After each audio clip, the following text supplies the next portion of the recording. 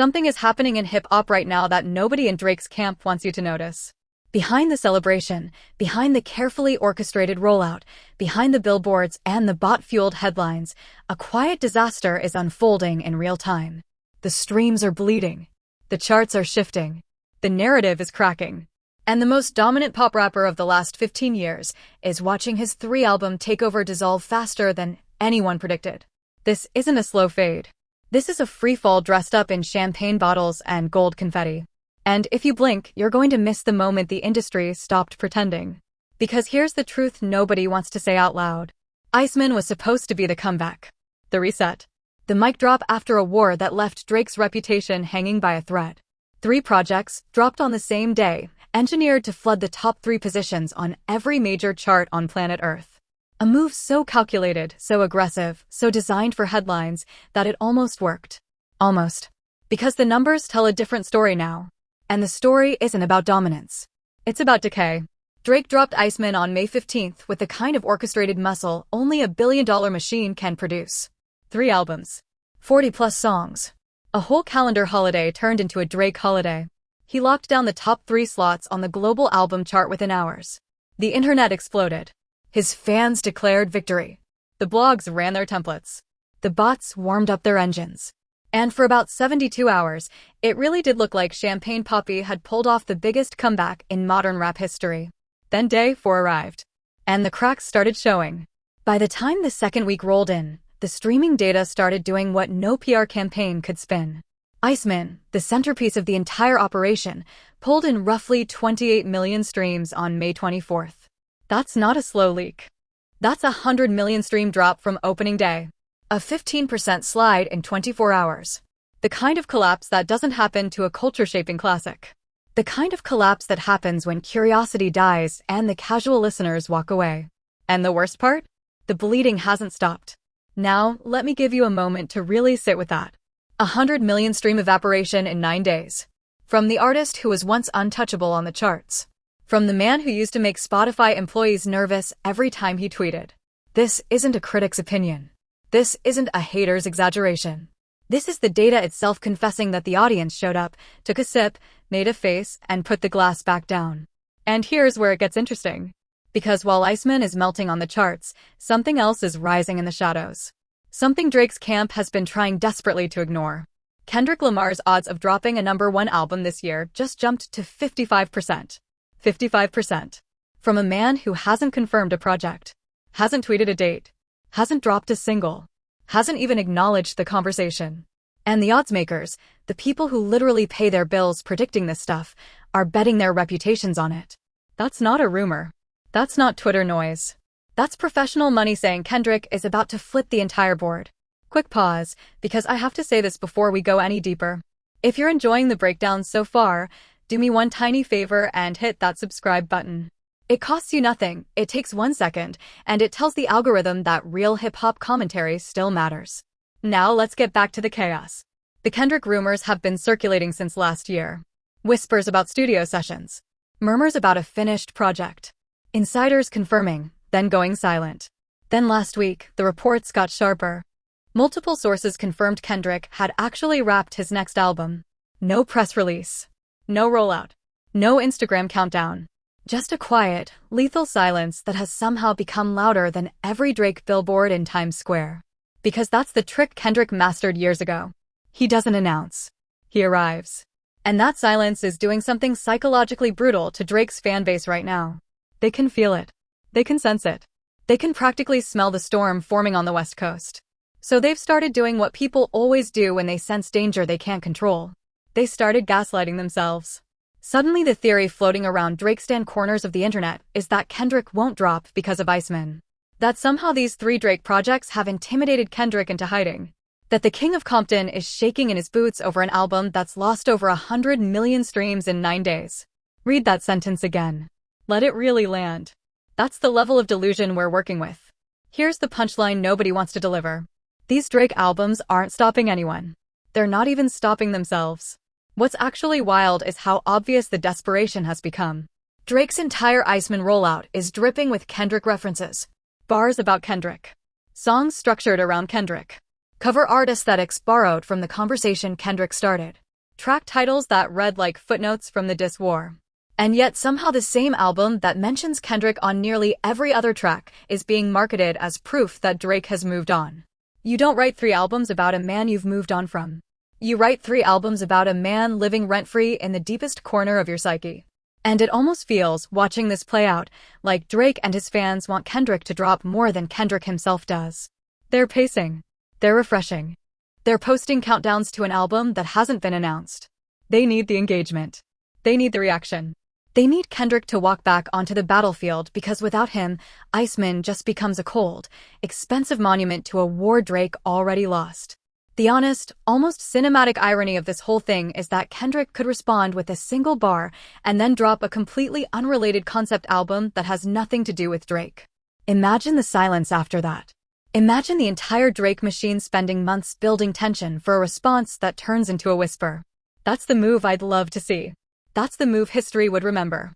Now let's talk about why these streaming numbers were never going to hold. Because if you understood the audience, you saw this coming from a mile away.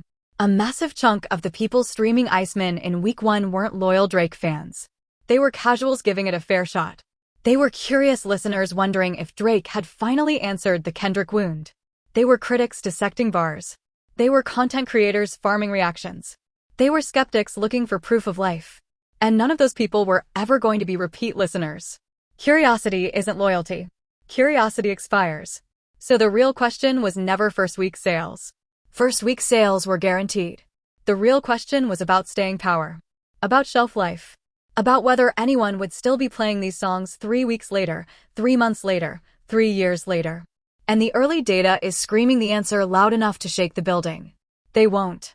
The casual listeners have already moved on. The hardcore fans are cherry-picking 2 or 3 tracks. And the rest of the album is being treated like background noise at a barbecue nobody wants to attend. Then came the second blow. The kind of record nobody wants to break. Drake's #1 single, the Make Em Cry intro, dropped off the Spotify global chart in less than 12 days. 12 days. That's now the shortest run for a #1 song in the chart's history. And before anyone tries to point at the previous record holder, that was a re-released old track. This is a fresh release. From a supposedly classic project. From the biggest rollout of the year. 12 days. Gone. Vanished. Erased. And here's what makes that statistic devastating. They were calling that intro the greatest of all time. They were screaming it from rooftops. They were comparing it to legendary opening tracks. They were claiming it broke Kendrick's records. And less than 2 weeks later, it's nowhere to be found. That's not a chart fluctuation. That's a public verdict. That's the audience walking out of the theater mid-show. The data isn't just telling us the song fell off. It's telling us that even Drake's own fans aren't going back to the album to relive the intro. They're skipping it. Or worse, they're not opening the album at all. The breakdown gets even worse when you compare it to the standard. Meek Mill intros stay on charts for weeks. Some of them stay on charts for months. They become cultural moments. They become rite of passage anthems. They become the kind of openers that define eras. Make Em Cry didn't even survive a fortnight. And the fans who hyped it as a masterpiece are now scrambling to explain why an intro is somehow different than a real song. The goalposts aren't just moving. They're being airlifted off the field. Let me hit you with a line that summarizes everything. Hype without staying power is just a really expensive echo. Now layer in the bigger picture. Drake hasn't held a #1 position for more than a single week since 2018. Let that sit. 2018. That's not a slump. That's a pattern. That's 7 years of impressive debuts and disappointing second weeks. 7 years of arriving like a hurricane and disappearing like a sneeze. And yet every album cycle, the same narrative gets recycled. Drake is back. Drake is dominating. Drake broke another record. But records you can't hold are just trophies made of ice. They look beautiful in the photo. They're a puddle by morning. And honestly, the most fascinating part of this whole Iceman situation is the strategic miscalculation. Imagine if Drake had taken his strongest 15 records, packed them into one tight, deliberate, sequence project, and dropped that instead of 40 bloated songs spread across 3 albums. That single project would have hit harder, lasted longer, and aged better. Instead, the audience got drowned. They got overwhelmed. They got served a buffet when they wanted a meal. And the result is exactly what you'd expect when you serve 3 plates of mediocrity instead of 1 plate of greatness. People take a few bites and leave the table. The ego of the rollout sabotaged the music itself. Drake wanted the top 3 slots more than he wanted a top 1 classic. He wanted the headline, the screenshot, the Forbes article. And he got it. For 72 hours. Then reality showed up and asked for the receipts. Because the truth is, Drake albums have always leaned heavily on R&B records, lifestyle tracks, world music experiments, and a handful of rap moments. They're stretched thin by design. And when you stretch that formula across 3 records on the same day, you don't multiply the magic. You divide it. Quick pause again, because the next part of this story gets even crazier, and I want to make sure you don't miss what's coming. If you're vibing with this breakdown, smash that like button right now and drop a quick comment with one word. Just one word that describes how you think Iceman ages by year's end. Frozen. Melted. Forgotten. Whatever feels honest. Now buckle up, because we're heading into the heart of the storm. The conversation has now shifted in a way that should terrify Drake's camp. Because instead of celebrating Iceman, the entire internet is asking the same question. When is Kendrick dropping? When? Even Drake's own fans are asking it. The articles, the posts, the podcasts, the comment sections, the group chats. Every road leads back to Compton. Drake released 3 albums and somehow Kendrick became the bigger headline without lifting a finger. That's not a coincidence. That's gravity. That's what happens when one artist becomes the cultural center of mass and another becomes the moon orbiting around him. There's a post going viral right now claiming Kendrick needs Drake to stay relevant. Almost 7 million views on it. And the irony is so thick it could be sliced and served at a wedding. Because if any artist has structured their entire current era around the other, it's Drake. The Iceman rollout was Kendrick-themed from the cover art to the closing track. The interviews. The lyrics. The aesthetic. The marketing. Half the album reads like an open letter Drake never had the courage to send privately. And yet on the same record, he claims nobody remembers Kendrick's lines, while simultaneously naming songs after them. You cannot make this up. The contradictions write themselves. This is the part where we need to talk about something nobody wants to say out loud. The narrative of Drake's invincibility was built on a foundation that's slowly being audited in public. The streaming inflation allegations. The bot rumors. The paid social media campaigns. The radio promotions disguised as organic spins. The catalog leaning on tracks from over a decade ago to prop up the current numbers. The constant flexing of records nobody actually engages with. Every layer of this image is being peeled back. And what's underneath isn't a fraud. It's just a regular artist who happens to be very good at marketing. And that's the most uncomfortable truth of this entire era. Drake isn't a fraud. He's just not a god. The mythology was always bigger than the music. And once the mythology starts cracking, the music has to carry the weight. And the music, as the streaming numbers are now confessing, simply can't carry it. Now compare that to Kendrick. A man who doesn't tweet. A man who doesn't promote. A man who doesn't beg the algorithm for attention. A man who released a song called Not Like Us and held the world in a chokehold for months. A man who turned a diss track into a Super Bowl halftime moment. A man whose mere rumored album has bookmakers betting 55% odds without a single confirmed detail. That's not popularity. That's gravity. That's the kind of cultural pull that doesn't need rollout. Because the rollout is the artist. Here's the punch that will sting the most. Drake spent 3 albums trying to remind us who he is. Kendrick is about to spend 1 project reminding us who he's always been. Now let's talk about the conspiracy theory floating in some corners of the internet.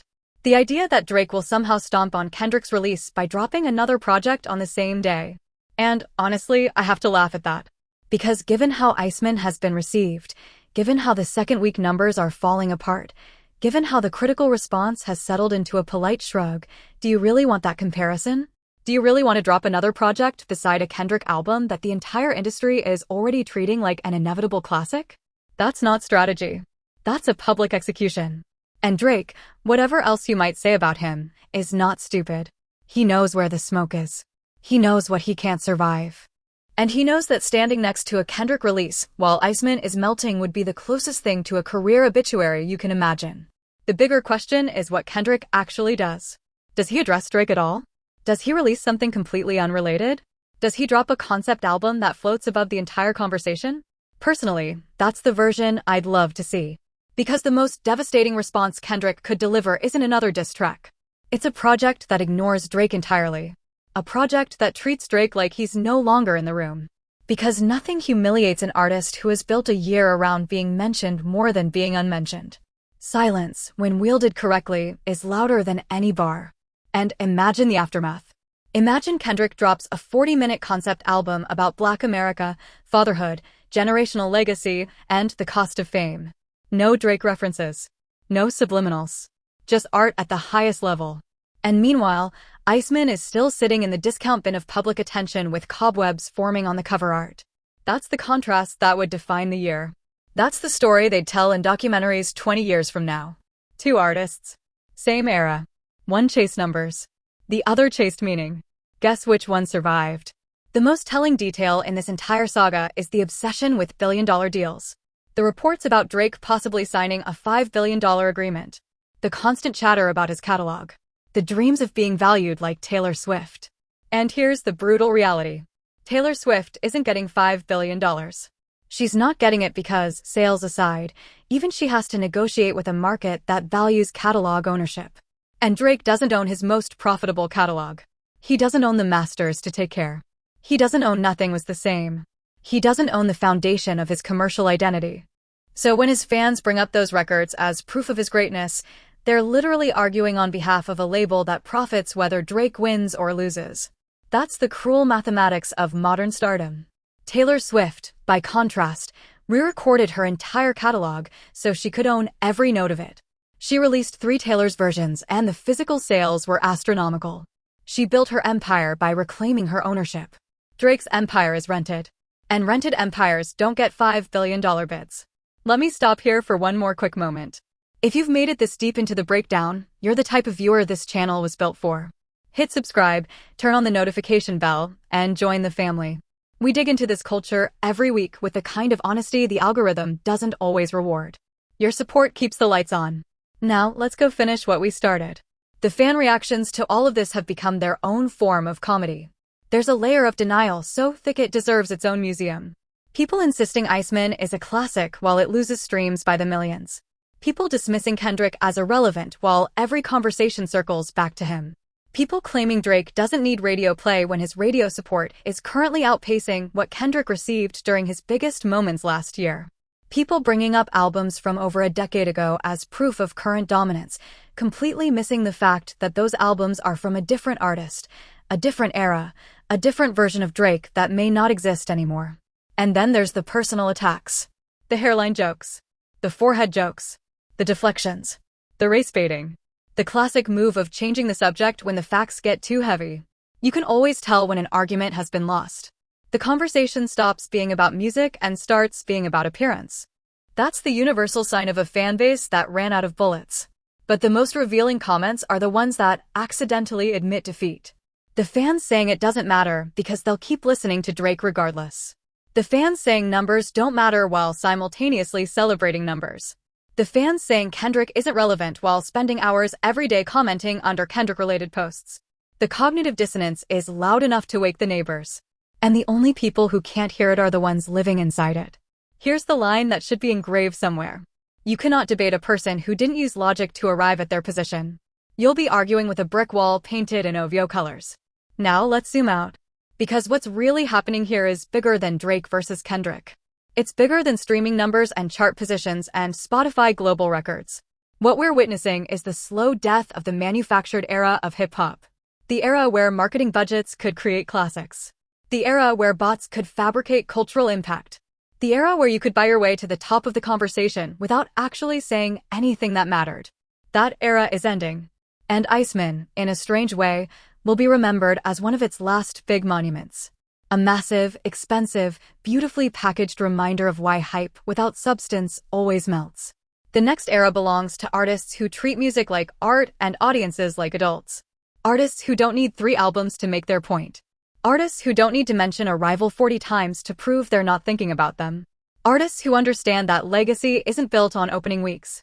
It's built on every random Tuesday afternoon in 2032 when someone presses play on a song that still hits the same way it did the first time. Drake had that kind of music once. Take Care had it. Nothing Was the Same had it. Even portions of Scorpion had it. But somewhere along the way, the focus shifted. The chart became more important than the song. The headline became more important than the truth. The image became more important than the message. And when that shift happens, the audience can feel it. Even if they can't articulate it. Even if they keep streaming out of habit. The connection breaks quietly, like a thread fraying inside a sweater that still looks fine from the outside until one day it isn't. Kendrick, meanwhile, never made that shift. Every album he's released has been treated like a sacred event. Every verse has been audited like scripture. Every silence has been studied like meditation. He didn't chase trends. He set them. He didn't chase the algorithm. He outran it. He didn't chase the moment. He became the moment. And that's why his rumored album is already shifting odds without a press release. Because when you build an empire on substance instead of spectacle, the audience never has to be convinced to come back. They were never going to leave. So what happens next? Honestly, I think the next 2 months are going to be the most revealing stretch in modern hip-hop. We're going to watch Iceman's numbers continue to slide. We're going to watch the conversation continue to drift toward Kendrick. We're going to watch Drake's team scramble to recapture the narrative with features, remixes, surprise drops, or another headline-grabbing stunt. And we're going to watch all of it fail to move the needle because the audience has already made its decision. Iceman was a moment. It wasn't a movement. And moments evaporate. Then, somewhere in the silence, Kendrick is going to do what Kendrick does. Probably without warning. Probably at an inconvenient hour. Probably with a cover that takes the internet 30 minutes to decode. And the entire industry will pause. And in that pause, the year will reset. The conversation will reset. The cultural temperature will reset. And every Drake fan who spent the last month claiming Kendrick was scared will quietly delete their tweets and pretend they never doubted him. That's how this story ends. Not with a war. Not with a knockout punch. Just with the simple, ruthless mathematics of music. The artist who put art first will outlast the artist who put numbers first. Every single time. Without exception. In every era. In every genre. On every continent. The pattern doesn't change. And maybe that's the deeper lesson hiding inside this whole Iceman collapse. Maybe the real story isn't about Drake versus Kendrick at all. Maybe it's about us. About what we reward. About what we celebrate. About what we let into our headphones and our cars and our memories. Because every time we celebrate spectacle over substance, we get more spectacle. And every time we celebrate substance over spectacle, we get more substance. The culture becomes what we feed it. And right now, the culture is finally getting hungry for something real. So pay attention to what happens next. Watch the streams. Watch the charts. Watch the silence from Compton. Watch the panic in Toronto. Watch the way the algorithm starts realigning itself around the artist who refuses to feed it. Because what we're about to witness, if Kendrick drops the way the odds are predicting, isn't just an album release. It's a cultural correction. A reminder of what music is supposed to feel like when it's made by someone who actually believes in it. Before I close this out, do me one last favor. If this breakdown made you see this whole situation in a new light, subscribe to the channel. Turn on notifications. Drop a comment letting me know whether you think Kendrick drops before the end of the year and whether his album takes shots at Drake or floats completely above the noise. Your engagement is what keeps this channel alive. Your voice is what makes the comment section the best part of the upload.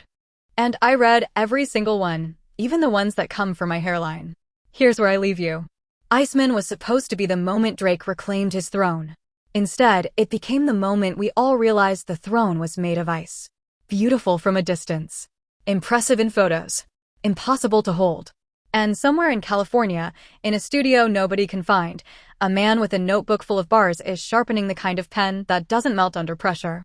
He hasn't announced a date. He hasn't dropped a single. He hasn't said a word. And yet, somehow, he's already winning. Because that's the thing about real ones. They don't have to announce the storm. They're the storm. And when it finally arrives, nobody is going to remember the temperature of the ice. They're only going to remember who is still standing when it all turned to water. Stay tuned. Stay ready. Because the next chapter of this story is going to be one of the most defining moments hip-hop has seen in a decade. And you're going to want to be here when it breaks. Trust me. The next video is going to hit different. And the one after that is going to hit even harder. Because the truth, the real truth, is finally starting to thaw. And once it melts, there's no freezing it back.